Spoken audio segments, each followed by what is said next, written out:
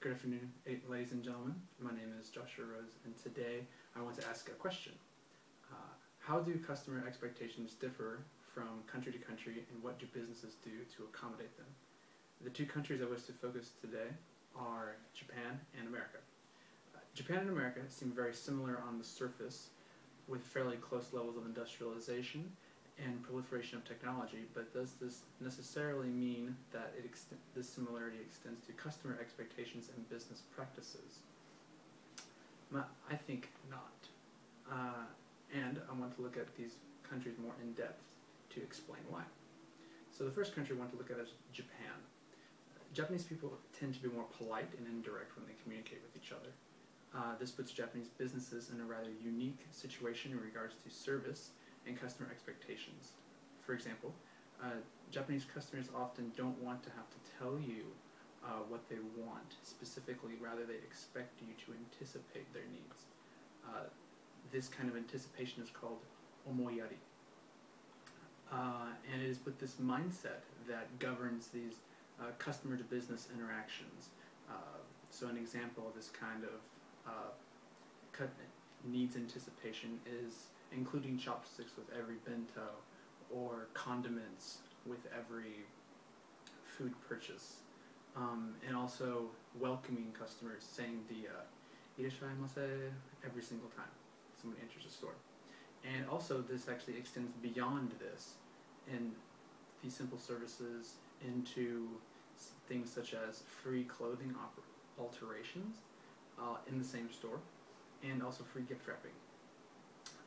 But this doesn't just extend to Japanese customers either. This is also true of American customers as well, or just foreign customers in general. One example is one American, her name is Sherry, let's say, and she called a phone book company to inquire about the number for information because she needed to find out the name of it. She needed to find out the address and opening times of the Japanese restaurants she liked, but she didn't know the exact name, and so she needed information. She called the phone book company and asked for this number, and the secretary asked for what specific reason why she was calling. She explained the situation, and the secretary said she would call her back.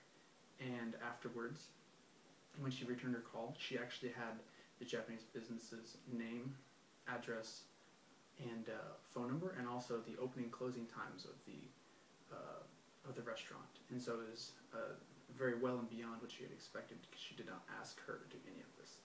So this is an excellent example of omoiyari in action. So this high level of service is usually accompanied with high price, but due to the 2008 financial crisis, deepening Japan's economic recession has been going on for about 15 years now. A space in the market has been created for low-cost companies, and one such company is called Peach. So Peach is a new aviation company that is, their goal is to provide customers with the lowest price possible.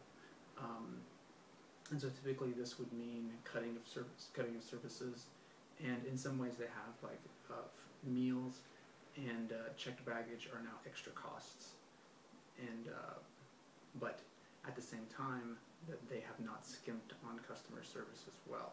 So they've been able to balance a low price with a high level of service in other areas as well. So the next country I want to look at is America. Now America is typically known for Americans are typically known for their directness, and also basically they want to get in and get out as fast as possible, and they want the lowest price while doing it. And so this has translated to businesses offering lower prices, but also generally perceived a lower level level of service. And so, and a lot of people have made the argument that customer service is dead in America.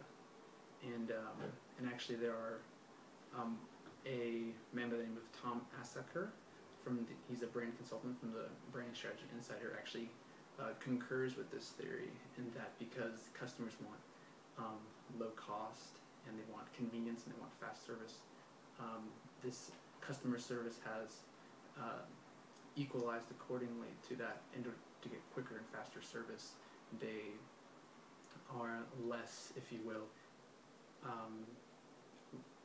having connections with customers. And so, like, like the welcome or stuff like that. And so, but a company also that's going against the grain is called Chick-fil-A, and they're a fast food restaurant out of Atlanta, Georgia.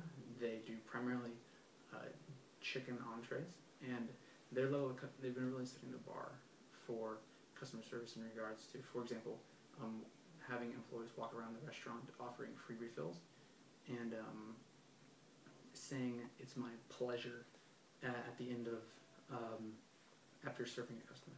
And so, and they also have a new philosophy called the second mile service, which stems from a biblical teaching of going the extra mile for someone. And so this is extended even to staying late for customers that have special needs and special requests.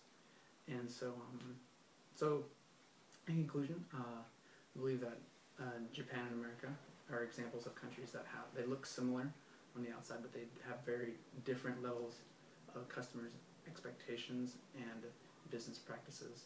But although what is the norms in Japan, such as maybe higher price but having higher service equated with that, companies like Peach are proving that you can have a lower price but also have high levels of service, whereas in America also more direct and quick and fast and easy. But companies like Chick-fil-A are proving that they can still have quick and fast service but also have courteous service and other high levels of customer service. So yeah, so thank you for your time. What about